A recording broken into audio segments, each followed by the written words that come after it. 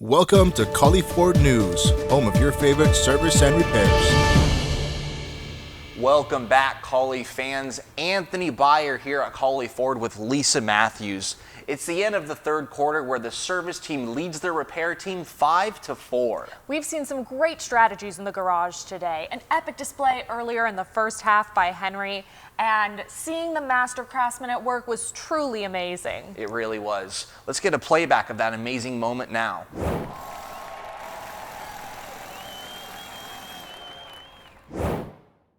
Incredible how he can just do that on the fly. And let's not forget that incredible tire change by the repair team side. It seemed like it was going to be an impossible task, but they really pulled through on that one. You know, it really is all about the power plays. The oil change at the end of the first quarter was an incredible exchange. We actually have slow-mo footage of that one here.